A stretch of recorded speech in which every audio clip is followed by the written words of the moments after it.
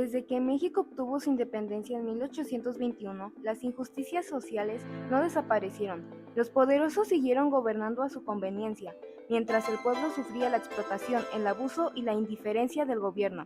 Hoy exploraremos dos eventos históricos cruciales para la historia obrera, la huelga de Cananea y la huelga de Río Blanco, revelando cómo el gobierno siempre ha seguido día con día manteniendo impunidad e injusticia, como la tragedia de Aguas Blancas en Guerrero.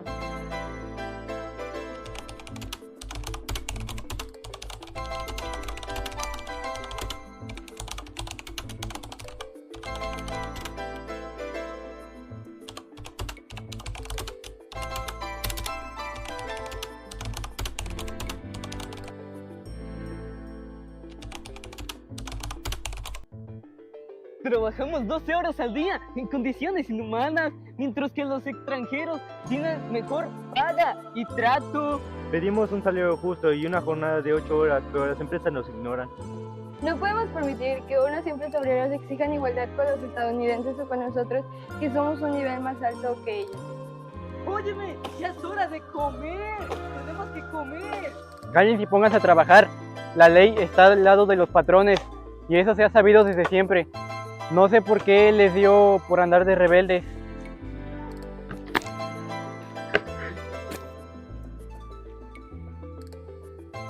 Más rápido. ¡Ey, ey, ey, ey, ey, ey, ey, ey, ey, ey, ey, ey, ey, ey, ey, alto, alto, alto, alto! ¡No! ¡Alto! ¡Alto, alto! El gobierno de Porfirio Díaz, en lugar de apoyar a los trabajadores, reprimió brutalmente la huelga con la ayuda de soldados estadounidenses. Ese día yo estaba en mi casa comiendo cuando me enteré que mataron a mi hermano. No sé qué opinar de eso. Nos pagan con vales que solo sirven en las tiendas de empresa. Estamos en una esclavitud disfrazada. Hemos intentado dialogar con los dueños, pero nos ignoran. Si sigue protestando habrá consecuencias. Ya estamos cansados de ellos, ya nos tienen hasta acá, la raya.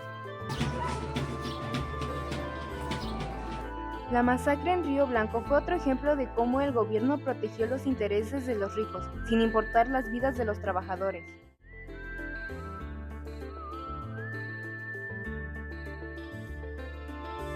Los abusos de poder no terminaron con la revolución. A lo largo del siglo XX, campesinos y trabajadores siguieron enfrentando la represión del gobierno cuando exigieron justicia. La masacre de Aguas Blancas en 1995 nos recuerda que, a pesar del paso del tiempo, las estructuras de opresión y abuso siguen presentes en nuestro país.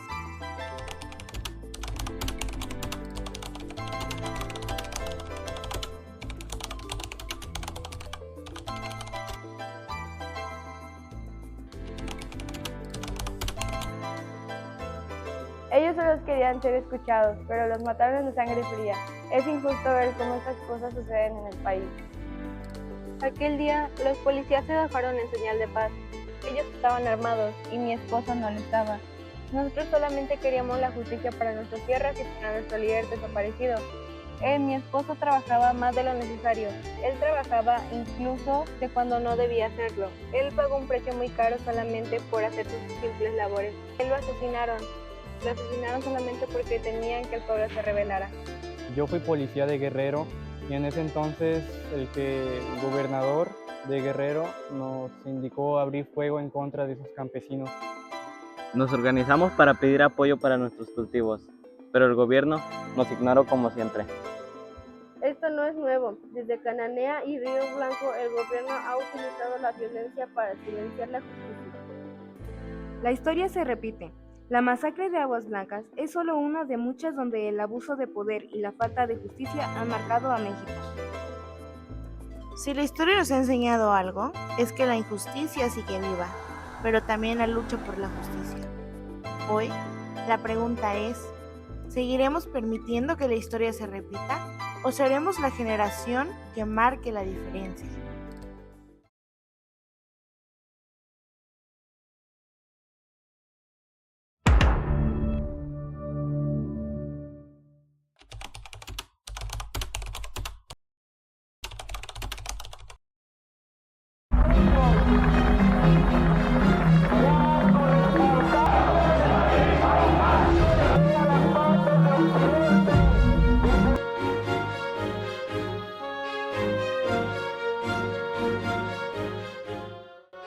historia de México, la lucha estudiantil ha sido constantemente reprimida con violencia.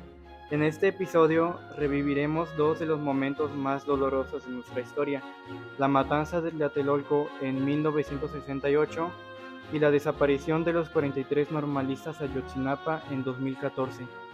¿Por qué el Estado ha visto en la juventud una amenaza? ¿Por qué el precio de exigir justicia ha sido el silencio forzado? Reflexionemos sobre estas heridas que siguen abiertas, sobre la memoria y nuestra responsabilidad para que la historia no se repita.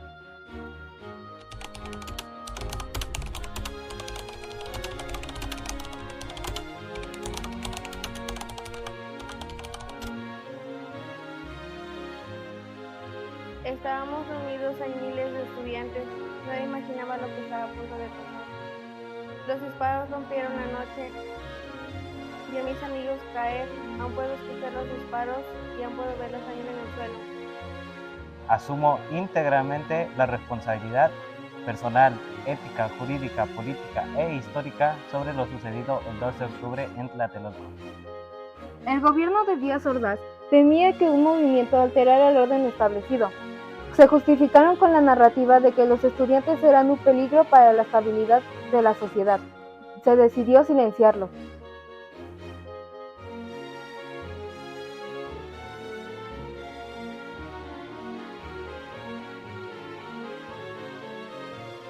El 2 de octubre nos olvida, no solo porque cada año recordamos a los caídos, sino porque sigue siendo un símbolo de lucha.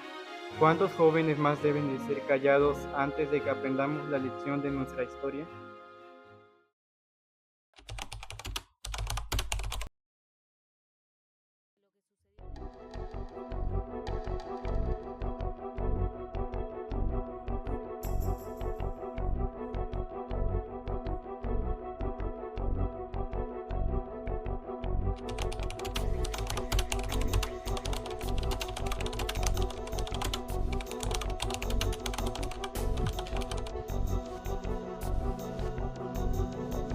Mi hijo soñaba con ser maestro.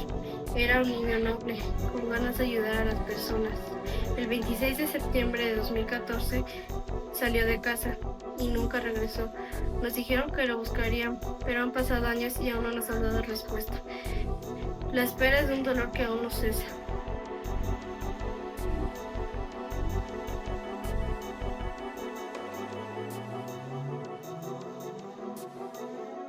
El caso de Ayotzinapa expone la impunidad en México. Fue un crimen de Estado. Se llevaron a 43 jóvenes, los desaparecieron y el gobierno ha ocultado la verdad. Las investigaciones han revelado contradicciones en la verdad histórica del gobierno. Las evidencias han señalado la participación del crimen organizado. ¿Hasta cuándo seguirá la impunidad? Ser maestro de Ayotzinapa es un acto de resistencia. Aquí formamos jóvenes con conciencia social. El caso Ayotzinapa nos recuerda que la justicia no llega sola, que la verdad se oculta cuando conviene a los poderosos, y que los estudiantes de hoy no solo heredan conocimientos, sino también el deber de cuestionar, de exigir y de no olvidar. Dos hechos separados por décadas, pero con un mismo patrón: la represión del Estado hacia la juventud. En nuestra historia, el olvido es cómplice de la impunidad. Recordar es resistir, reflexionar es actuar. ¿Hasta cuándo dejaremos de repetir la historia? ¿Hasta cuándo habrá justicia? Depende de nosotros mantener viva la memoria y construir un país donde la violencia no sea la respuesta al pensamiento crítico.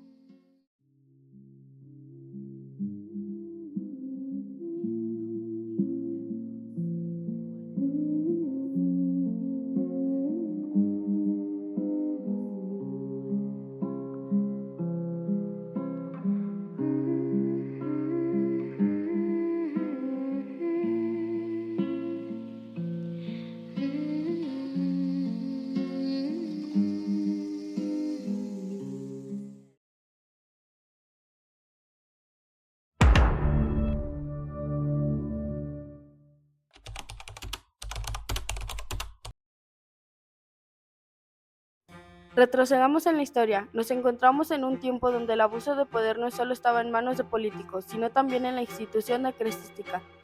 Un México dividido, con una élite que concentraba la riqueza y el pueblo sometido bajo el yugo de un sistema injusto. ¿Cómo las leyes de reforma desafiaron este poder? ¿Cómo los abusos de ayer resuenan en las luchas sociales de hoy?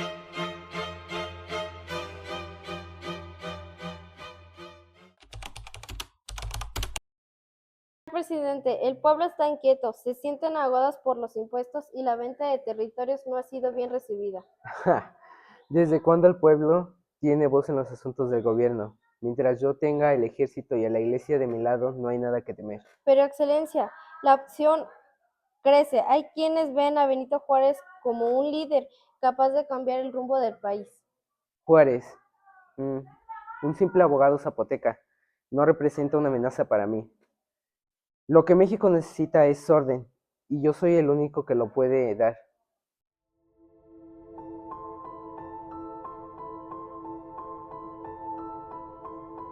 Santa Anna encarnó el abuso de poder en su máxima expresión. Se autoproclamó Alteza Serenísima y vendió territorio a los Estados Unidos, pero su dictadura abrió puertas a nuevas ideologías que buscaban acabar con el dominio eclesiástico y militar sobre la nación.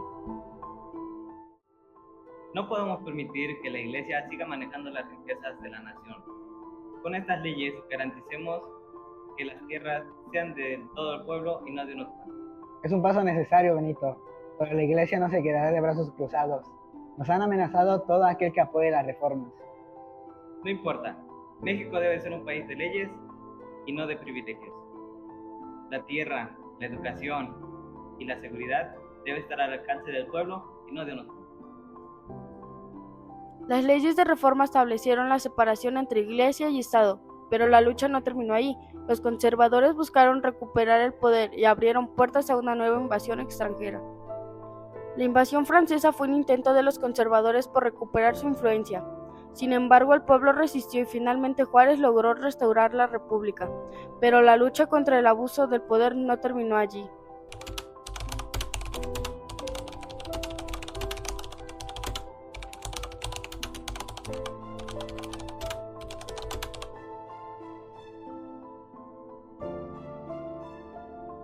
La historia se repite, la concentración del poder, la depresión del pueblo, la injusticia, las mismas obras de la opresión que el pueblo mexicano después de su independencia enfrentó siguen vigentes hoy. La policía, en lugar de proteger y hacernos sentir seguros, hacen que corramos al ver una patrulla de noche. El gobierno, en lugar de servir al pueblo, buscan enriquecerse.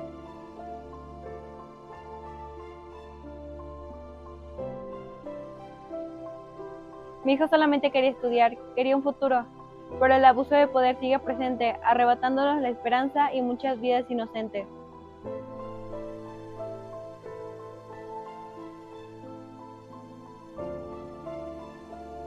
La lucha de Juárez no acabó en el siglo XIX, nosotros seguimos luchando por un México libre de opresión.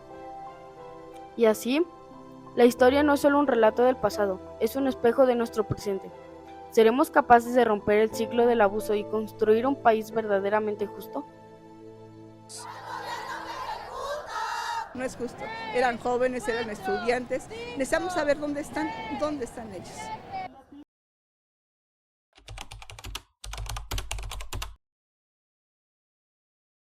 Retrocedamos en la historia. Hemos hablado del abuso de poder en la época de Santa Anna, de la lucha de Benito Juárez contra el dominio eclesiástico, de la invasión francesa y la resistencia del pueblo. Pero hoy nos enfrentamos a una nueva injusticia, la migración forzada, la deportación masiva y la desaparición de miles de mexicanos. ¿Qué tienen en común estos eventos? ¿Cómo la historia nos muestra que las estructuras de poder continúan oprimiendo a los más vulnerables? Hoy, en pleno siglo XXI, seguimos viendo un México fragmentado, marcado por la violencia, el abandono y la impunidad.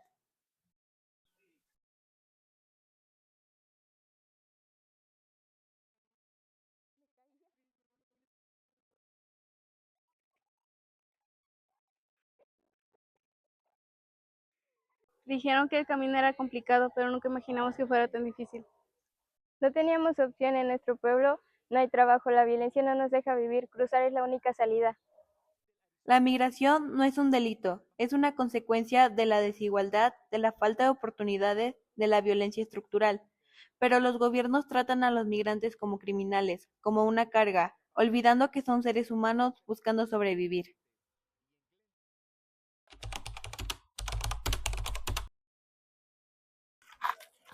Aquí hay algo. Dios mío, otro más.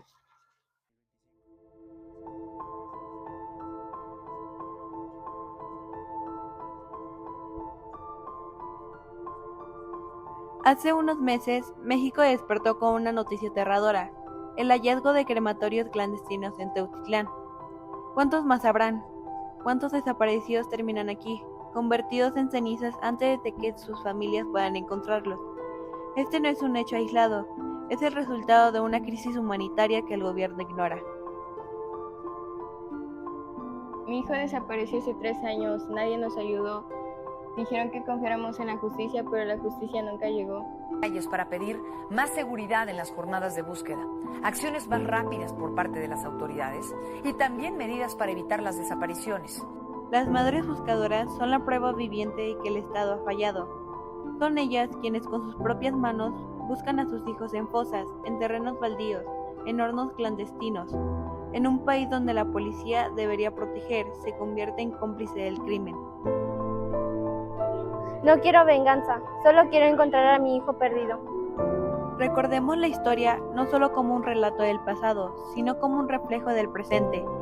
Desde la época de la Reforma hasta hoy, la lucha sigue, pero no basta con recordar, debemos actuar.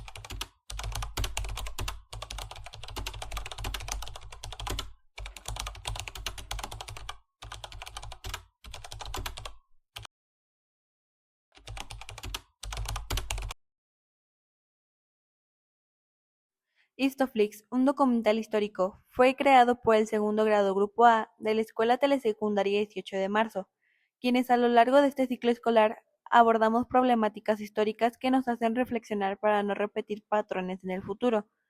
Esperamos, en colaboración con la maestra Coral, que haya sido de su agrado, y así como nosotros genere un impacto reflexivo. Gracias.